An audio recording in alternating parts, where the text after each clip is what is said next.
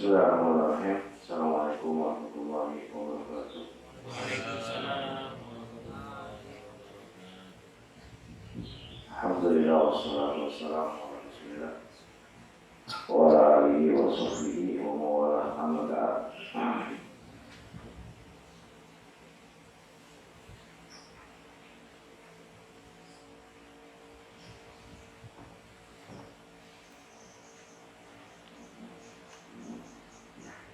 Kita lanjutkan belajar tentang akidah atau tauhid. Dulu kita sudah belajar definisi macam-macam tauhid ya, serta definisinya. Sekarang kita belajar apa definisi ibadah. Ibadah itu apa sih? Kadang-kadang kita dikit-dikit ibadah, dikit-dikit ibadah. Apa sih arti ibadah itu apa? Ibadah secara bahasa itu bermakna al-khudu'u wal-dhillu. Ibadah secara bahasa itu artinya tunduk.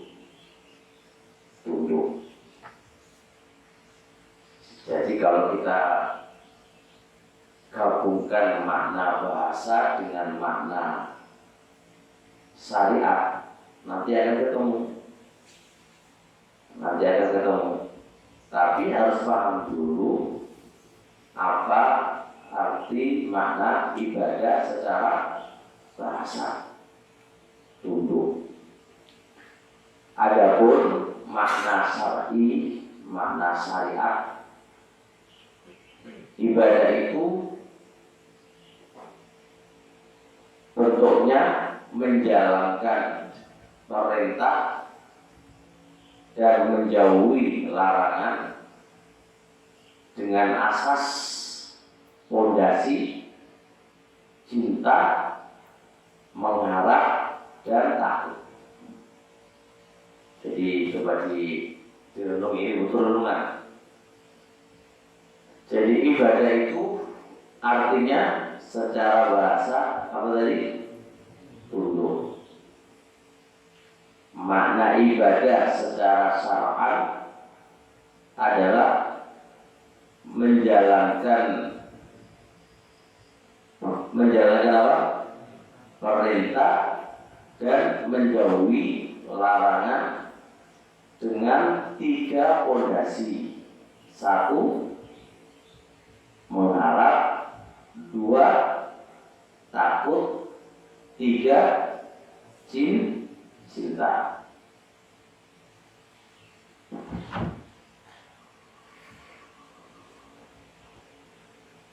Bisa dikatakan ibadah bentuk apa saja tanpa 3 fondasi tadi pasti akan musnah dan hancur. Menjalankan perintah kalau dasarnya tidak cinta, tidak bisa. Berat.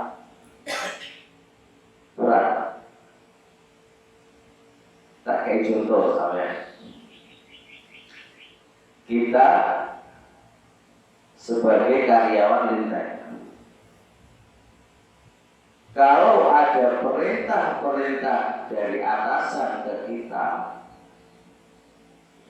kalau dasarnya itu tidak cinta, repot. Bulat. Paling dijalankan pun karena Allah pikir gaji. Kalau belum gaji ini tidak bakal jalan. Nah, alasan banyak, panas kek atau apa kek, itu biasa. Soalnya dasarnya kosong dari cinta. Tapi kalau dasar itu cinta, nggak peduli hujan datang, panas pun datang jalan karena dasar muji cinta. Kemudian yang kedua, ada harapan. Kalau cinta nggak ada harapan, ya iso. Kita jalankan ibadah itu, menjalankan perintah-perintah itu ada harapan. Apa harapannya? Setelah kita cinta, kita berharap dimasukkan ke dalam surga, dapat kebahagiaan dunia dan akhirat. Loh, sudah kayak gitu itu Allah memberikan apa? Info ke kita, itu pun ya kita jalankan perintah nggak maksimal juga gitu. Padahal ada di balik. Kedua, yang namanya rasa takut. Rasa takut itu akan bisa kita menjauhi larangan. Karena menjauhi larangan kalau nggak ada rasa takut susah. Menjauhi larangan Allah kalau dasarnya tidak takut itu repot. Makanya 3 fondasi ini selalu ada dalam ibadah biar terwujud rasa menjalankan perintah, menjauhi larangan, biar terwujud dan maksimal dengan baik. Makanya harus ada dasar ini, dasar takut, cinta dan mengharap. Tanpa ini susah. Ditambah lagi makna ibadah di mana tunduk. Tunduk itu ya tadi jalannya bisa tunduk ya tadi harus ada 3 poin tadi. 3 poin tadi. Nah, berarti logikanya kita harus memupuk rasa takut dan rasa cinta dan rasa mengharap, maka akan terwujud ibadah itu dengan itu mana ibadah. Nah, apa hubungannya ibadah di dalam bertauhid? Hubungannya apa? Karena ibadah itu nggak boleh diberikan kecuali kepada Allah. Berarti kita harus tahu apa definisi ibadah supaya tidak diberikan kepada selain Allah Subhanahu wa Ta'ala. Nah, berarti kalau urusan dunia karena dunia boleh nggak? Boleh nggak? Urusan dunia karena dunia boleh nggak? Urusan dunia karena dunia boleh nggak? Boleh. Boleh. Contoh ada kerja, aku tak kerja semua biar naik jabatan oleh orang. Oleh karena memang kita kerja, berat kerja itu apa? Adalah dunia supaya naik jabatan, boleh nggak? Boleh. Nah, itu urusan dunia. Jadi kalau urusan dunia, cari dunia nggak apa-apa. Kalau urusan ibadah, cari dunia, betul nggak? Ya betul. Karena urusan dunia, urusan ibadah, cari dunia berarti apa? Menyelewengkan dari asalnya untuk Allah kepada selain Allah. Itu harus dibedakan. Makanya kita ngerti definisi ibadah itu apa. Karena rentetannya dengan ibadah itu harus diberikan kepada Allah saja, tidak boleh diselewengkan ke selainnya. Kemudian seterusnya, apa keutamaan tauhid? Siapa yang bisa mentauhidkan rububiyah? Siapa yang bisa mentauhidkan uluhiyah? Siapa yang bisa mentauhidkan asma wa sifat? Apa keutamaannya? Supaya kita bisa komitmen, bisa mentauhidkan Allah Subhanahu wa Ta'ala. Keutamaan diantaranya adalah takfirul qulub, terhapuskan dosa-dosa kita. Kalau kita bisa mentauhidkan Allah dengan sebenar-benar mentauhidkannya, dosa-dosa selain dosa syirik itu bisa diampuni oleh Allah langsung diampuni oleh Allah. Ada sebuah hadis dari Anas bin Malik radhiyallahu ta'ala anhu. Kata Anas, sami'tu Rasulullah sallallahu alaihi wasallam. Saya mendengar Rasulullah sallallahu alaihi wasallam yaqul. Qala Allah, berkata Allah, ya bani Adam, wahai anak Adam, innaka law ataitani, sesungguhnya engkau, ini yang ngomong itu Allah sendiri. Katanya Allah, ya bani Adam, wahai anak Adam, law ataitani bi qurabil ardi khataya, andai kata engkau datang kepadaku dengan membawa sepenuh dosa, dengan membawa dosa sepenuh bumi. Dosa ini bukan ringan.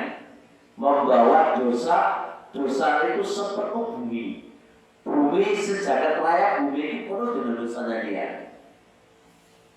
Cuma laki tadi, kemudian kamu tidak bertemu dengan aku, kemudian kamu bertemu dengan aku, la tusyriku bi syai'a, tidak menyekutukan aku, sepenting awakmu kalau pas mati gitu kan, tidak menyekutukan aku, berarti kamu itu orang-orang yang bertauhid.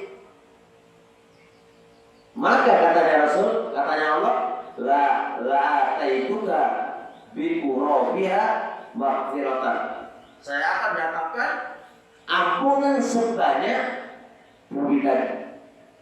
Yang awalnya datang dosa sepenuh bumi, maka setelah itu Allah akan datangkan kepadanya ampunan sepenuh bumi tadi. Ini keutamaan begini. Keutamaan tauhid. Sepenting ojo sampai menyekutukan Allah Subhanahu wa taala dalam bab uluhiyah, rububiyah, asma wa sifat. Tapi kalau kita menyekutukan Allah Subhanahu wa taala, repot urusan malah. Repot urusan. Orang yang menyekutukan Allah itu berat loh. Berat banget. Lain asyrafta, lain bakal amal. Kalau kamu itu menyekutukan Allah, hangus amalan kamu. Amalan puasa kita sodok tentek kalau kita menyekutukan Allah. Apa namanya? Wa man yusyrik billahi faqad harrama Allahu 'alaihi jannah. Barang siapa yang menyekutukan Allah, maka Allah haramkan surga untuknya. Saya mau tahu, malah boleh surga. Kapan itu? Kalau dia menyekutukan Allah. Maka bab tauhid ini bab penting. Gak bisa dibikin remeh. Sebab surga dan neraka kita tergantung di tauhid kita. Surga dan neraka itu tergantung di tauhid kita.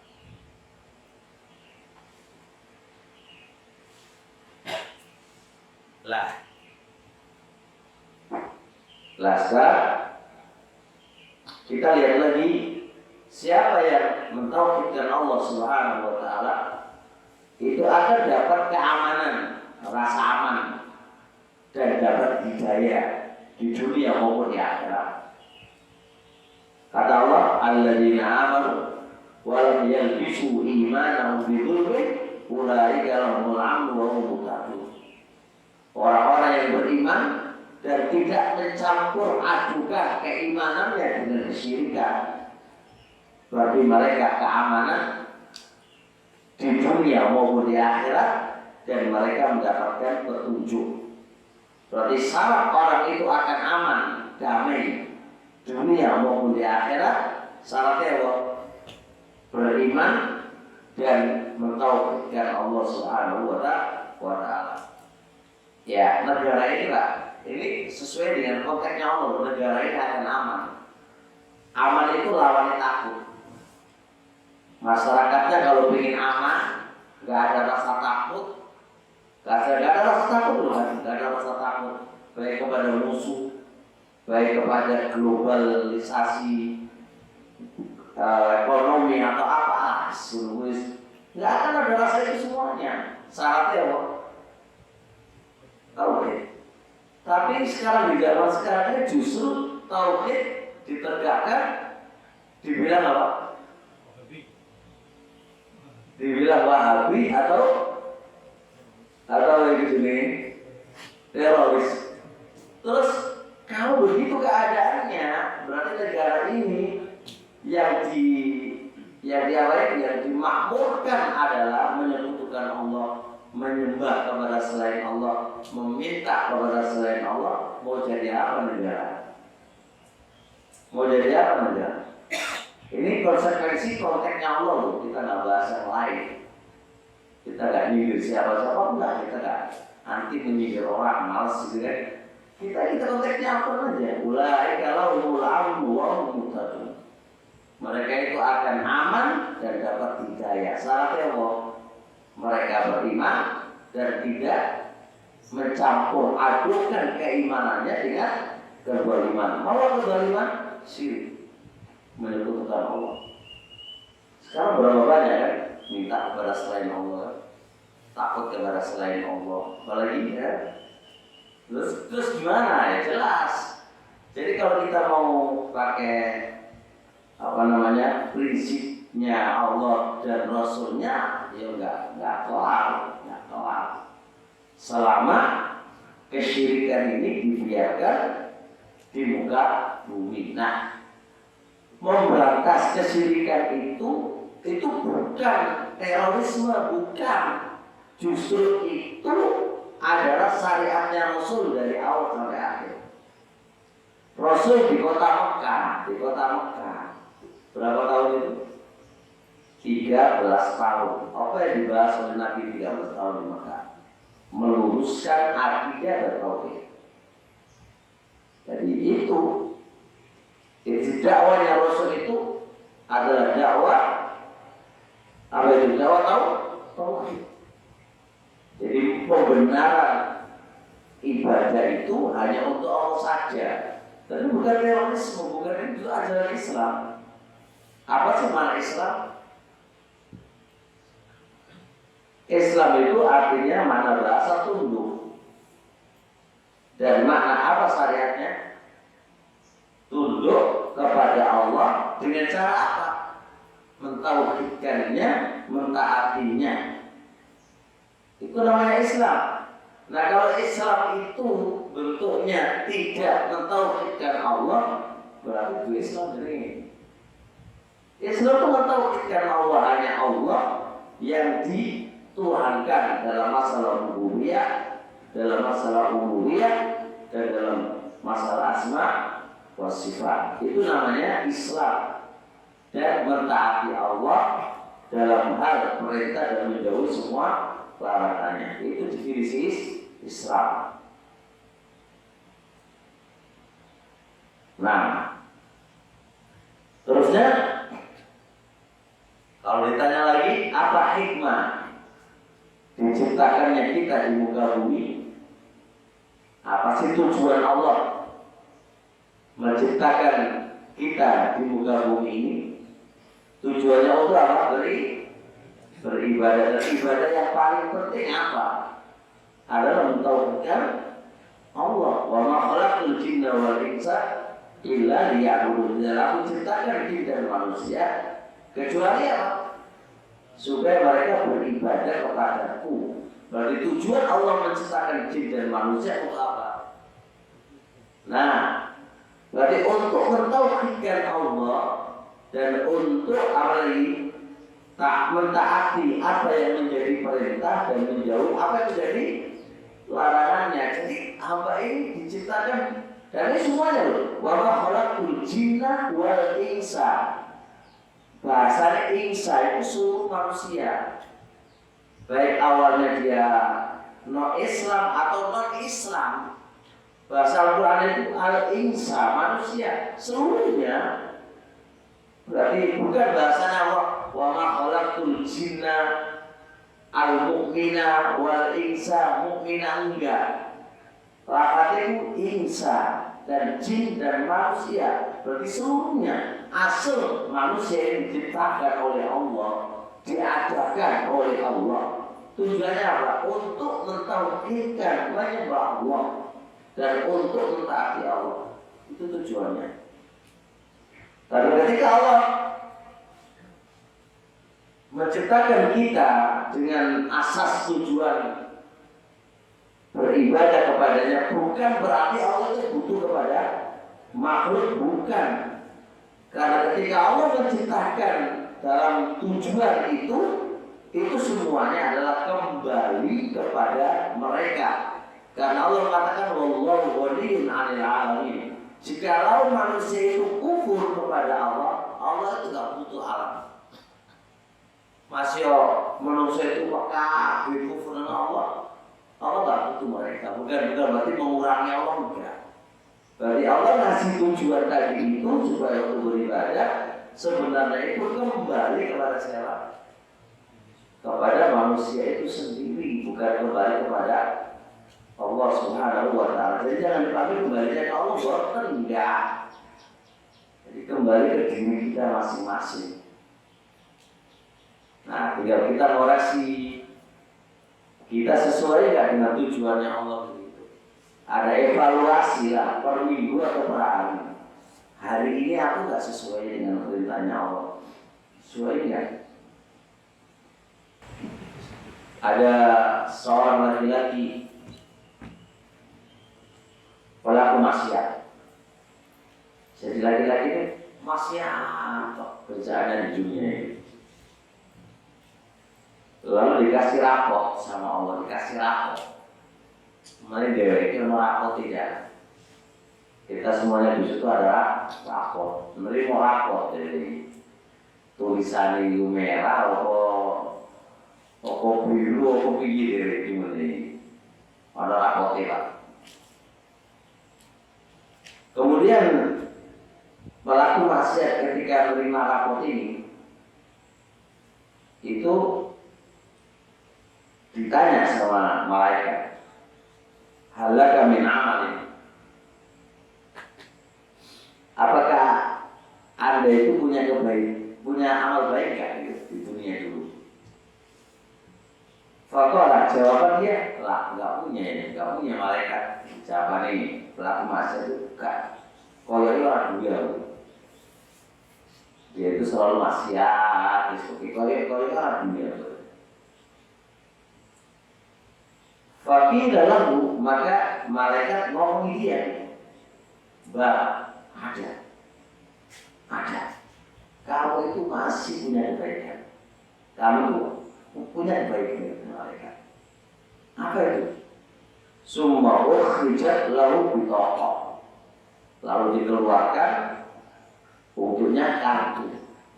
Kartu tertulis la ilaha illallah. Yes.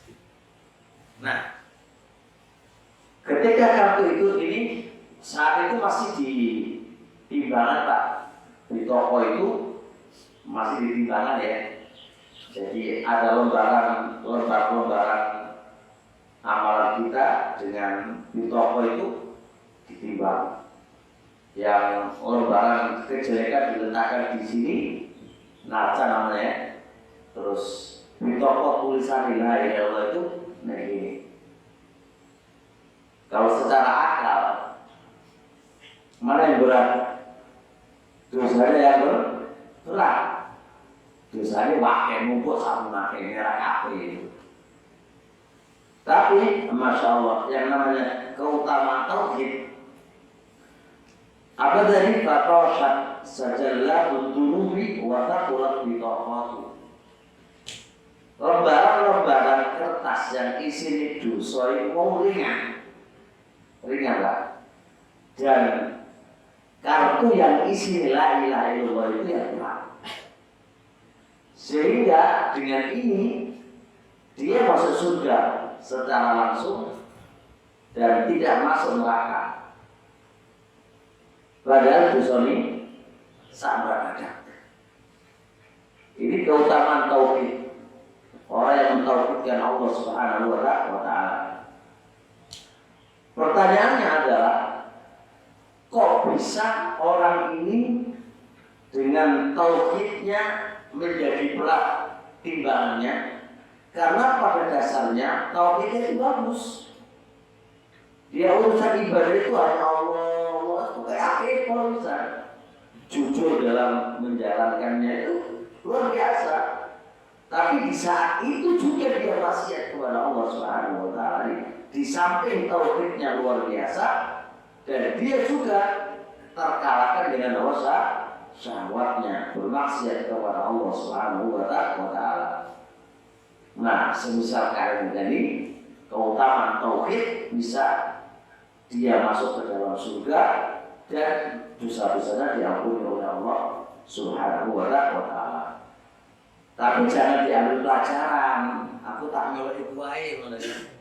Ya ora iso, itu ono dalil cocok, tapi kalau untuk kita belum mesti cocok gitu loh. Karena Allah mengatakan innallaha la yaghfiru an yushraka bihi wa yaghfiru ma duna dzalika liman yasha. Allah itu tidak akan mengampuni dosa yang dosa itu dosa syirik. Dan Allah akan mengampuni dosa selain syirik walaupun dia tak tobat. Tapi diikat bagi Allah kehendaki. Nah, kita tidak ngerti apakah termasuk orang yang dikehendaki atau tidak. Makanya nggak boleh kita menganggap hina pelaku maksiat. Bisa jadi Allah mengampuni dia. Kita nggak boleh memandang sebelah mata terhadap pelaku maksiat. Bisa jadi apa? Dia sudah masuk surga sebelum kita. Sebagaimana ada hadis Muslim, dua orang itu Allah ciptakan memang untuk saling diuji memang. Dua orang yang memang itu ujian dari Allah. Yang satu ini masih atau istri. Yang satu itu pelaku ketaatan. Setiap kali lewat, tahu temannya, setiap kali dia lewat untuk berbuat ketaatan, selalu lihat orang ini maksiat. Dan dinasihati. Gak mental, maksudnya mental. Suatu ketika di ujung suatu ketika di ujung penghabisannya, di ujung akhir ini, ketika dia menasihati si pelaku maksiat ini, si pelaku maksiat jengkel. Kok dinasihatin kalau usah ini? Jengkel lah, manusia harus jengkel. Dia ngomong begini, alihada khulillah, apakah karena ini kamu diciptakan? Kok nasihatin aku pegel? Kau pegel, kuping dulu sampai pegel. Ini nasihat kamu itu. Makanya dia ngomong ini, alihada khulillah, apakah karena ini kamu diciptakan oleh Allah? Artinya dari aku yang pegel ini. Nah, orang yang nasihati tadi marah-marah. Ya aku nasihati kamu gitu kan, marah-marah. Dia bilang, la ghafarallahu laka. Allah gak ngampuni kamu. Allah gak ngampuni kamu. Ini kalau secara logika manusia ini berpikir, ya sah-sah aja kan ngomong-ngomong kan. Karena pegel nasihati kan gitu kan. Saya maksiat. Tapi aturan Allah beda. Kedua orang ini Allah bangkitkan. Ternyata apa yang terjadi? Pelaku maksiat masuk surga dan pelaku ketaatan masuk neraka. Kesalahan satu menjadi fatal. Apa itu? Mengecap orang Allah gak ngampuni, berarti sama Allah. Karena pengampunan itu miliknya Allah. Dia sampai ngecap ke orang, kamu gak diampuni oleh Allah, itu berani sama Allah. Dan Allah gak suka dengan ini. Makanya Allah masukkan dia ke dalam nerakanya, dan Allah masukkan pelaku maksiat ke dalam surganya Allah. Pelaku maksiat, gak menyebutkan Allah ya, pelaku maksiat. Maka diambil dari sini, saya kasih contoh sekarang. Ada Pak Haji selalu ke masjid, tapi dia selalu mempercayai dukun. bahkan meminta-minta di kuburan.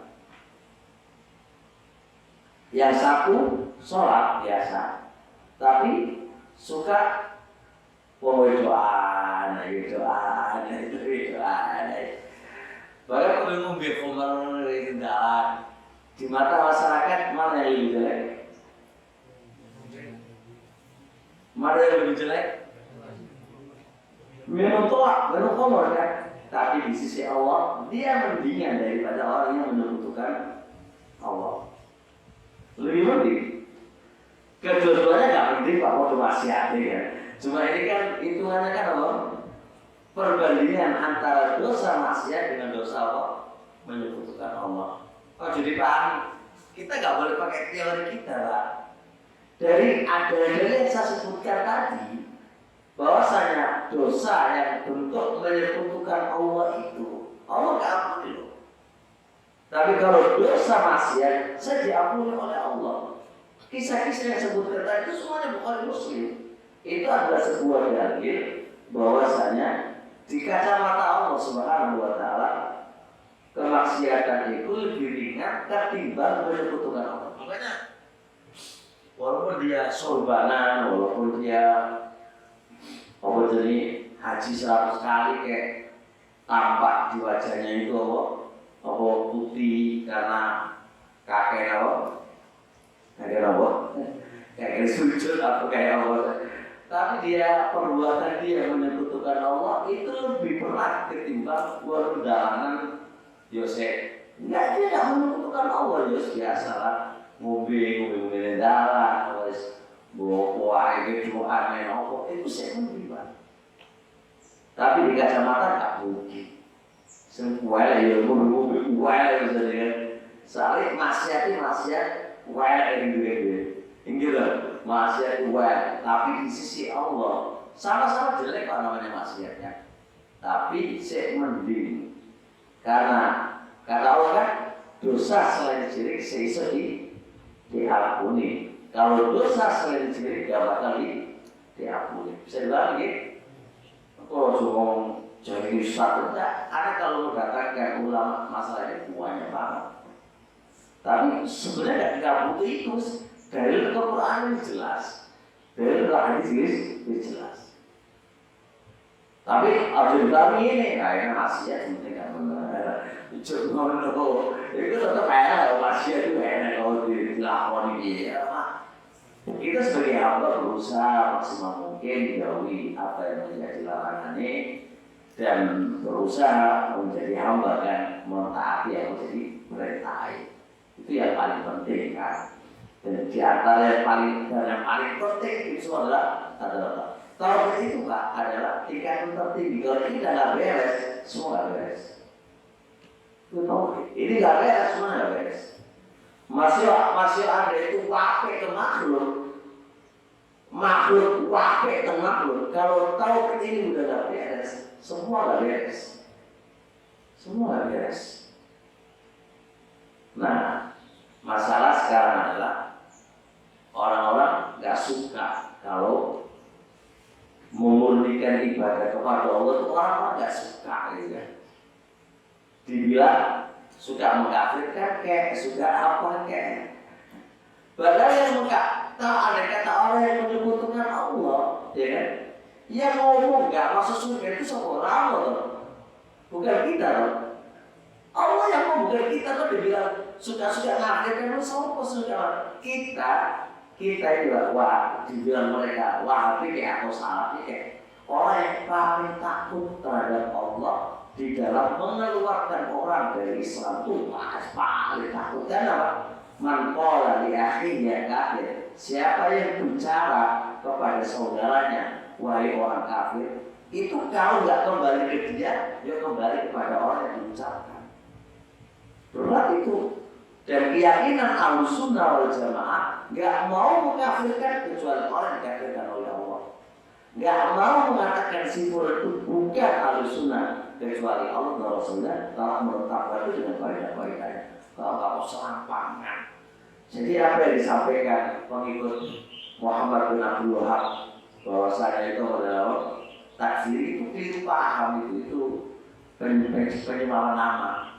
Di sana ada Muhammad bin Abdul Wahab di abad 200 sekian ya. Itu memang namanya Muhammad bin Abdul Wahab. Siapa begitu? Itu pemikir suka mengkaitkan orang. Dan Muhammad bin Abdul Wahab itu jadi 1000 sekian berapa abad. Dia 1000 sekian itu beda orangnya. Jadi tapi jenenge podo lah, pas jenenge podo pemikiran Ahlussunnah dengan apa? Takfiri, pemikiran sekarang dengan orang wis diklop disamakan saja. Ini namanya pembodohan dalam sejarah. Kita sampai di sini insyaallah. Subhanallah. Bertanya? Iya.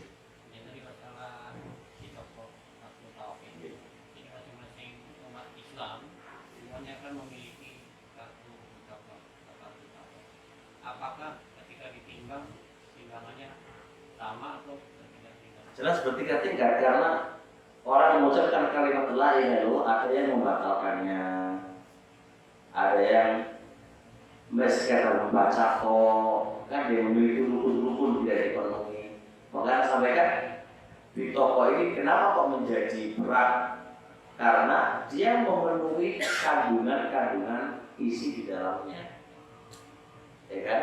Dia memiliki kandungan, konsekuensi, memiliki arkan, memiliki syurut. Dia perlu semuanya itu. Cuma di samping dia memenuhi semuanya, dia bermaksiat dalam sisi syahwatnya dia. Tapi di sisi ini dia aman. Nah, jangan dipahami di toko ini adalah kartu suatu keorganisasian. Dipahami kata awakmu duwe kartu A, wis cap masuk swarga. Tekon di mosok jadi warganya A, langsung warga B, langsung divonis masuk surga. Ini pengada-adaan Pak. Masuk surga dan neraka itu hal baik. Kita nggak bisa pastikan siapa orangnya. Kok ada yang orang memastikan itu berat banget itu. Karena yang punya hak memasukkan ke dalam neraka ke surga itu Allah Pak. Kita nggak punya hak. Apa kita? Hamba. Gitu loh. Kita hanya berharap. Kita itu berharap Pak. Berharap dengan kita begini ini Allah masukkan ke dalam surga. Tidak ngomong diri kita masuk surga, enggak. Kalau ada orang dengan coba atau ada punya kartu ekis, waman wis, konsuar wis apa? Lu anda itu siapa yang bisa memponis itu bisa masuk surga? Ini ya saya bilang ini apa jaringan ini pengkaburan masalah di masyarakat. Bahkan kalau anda ditanya malaikat mungkar dan nakir, ngomongnya wis aku di kartu ini malaikat aman, ya benar. Gimana? Masuk malaikat di guguran kalau ini sudah nggak bisa kayak gini. Tapi umat Islam malah ketawa ketika buat itu. Ini kalau kita berpikir secara rasio yang benar ini kan, masa dikirim guyonan atau menunggu? Masa malaikat terus duit malaikat? Ini kalau di malaikat diajak wawancara terus kemudian disodorkan ini rasio kita nggak menerima ini kan sebuah pelecehan dan sebuah wawancara yang itu nggak jelas-jelas dalilnya. Wawancara ini masalah bayi yang dibutuhkan dalil. Jadi teman-teman semuanya, ayo kita buka. Kita ibadah ini, harus pakai dalil. Orang kok pakai rasio. Urusan rasio itu lah. Itu urusan agama ini sudah ada yang ngatur. Maka kita semua berputar dengan dalil. Wawancara malaikat pun kita ini boleh. Kita nggak bakal bisa kayak apa pertanyaannya kecuali sama dalil. Jawaban kita pun kita nggak ngerti dari apa. Kok itu waibiyah? Kok kita bisa mengatakan jawaban kok yang ini? Lagi ujian nasional ini kan itu jadi akal-akal jawaban. Ini kan ya guyonan, tapi orang melihat di kiri guyonan itu sedikit masalah ini. Jelas ya insyaallah. Baik. Subhanallah wa bihamdihi, asyhadu an la ilaha illa anta, astaghfiruka wa atubu ilaik. Assalamualaikum warahmatullahi wabarakatuh.